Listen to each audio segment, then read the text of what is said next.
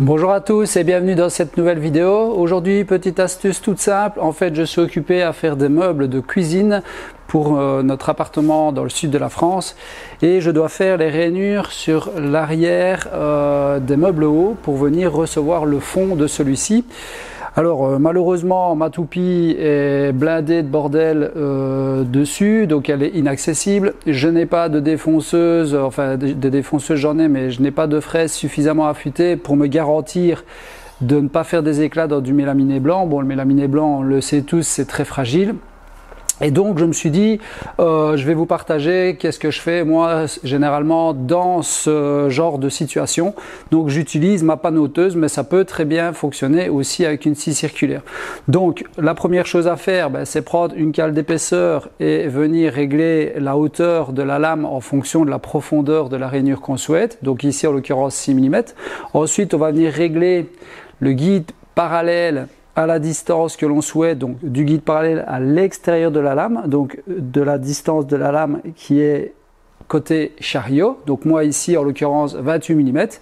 Et ensuite on va tout simplement venir passer les panneaux une première fois pour faire une rainure de 3 mm. Ensuite je vais venir y insérer une cale d'épaisseur de 5 mm qui correspond au 5 mm plus les 3 mm de lame, c'est-à-dire 8 mm l'épaisseur de mon panneau. Et puis ma rainure sera ainsi faite. Ça me garantit une rainure précise et sans éclat. Donc on va passer à la panneauteuse pour faire la rainure. Et puis vous aurez la petite astuce si c'en était une et si vous n'aviez pas l'idée auparavant. Allez, c'est parti pour la démonstration.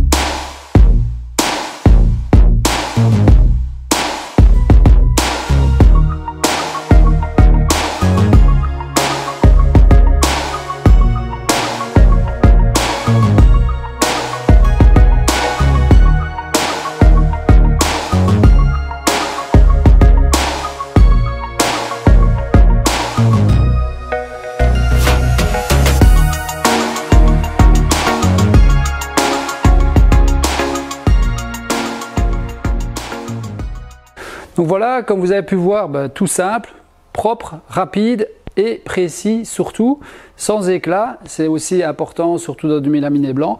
Donc voilà, c'était une petite astuce toute bête, toute simple, qui finalement coule de source, mais souvent les personnes qui débutent ou qui ont un peu moins l'habitude d'utiliser diverses machines, ça n'est pas toujours clair comme de l'eau de roche, comme on dit. Donc voilà, j'espère que cette astuce vous aura plu et je vous dis à bientôt pour de nouvelles aventures. Salut, salut!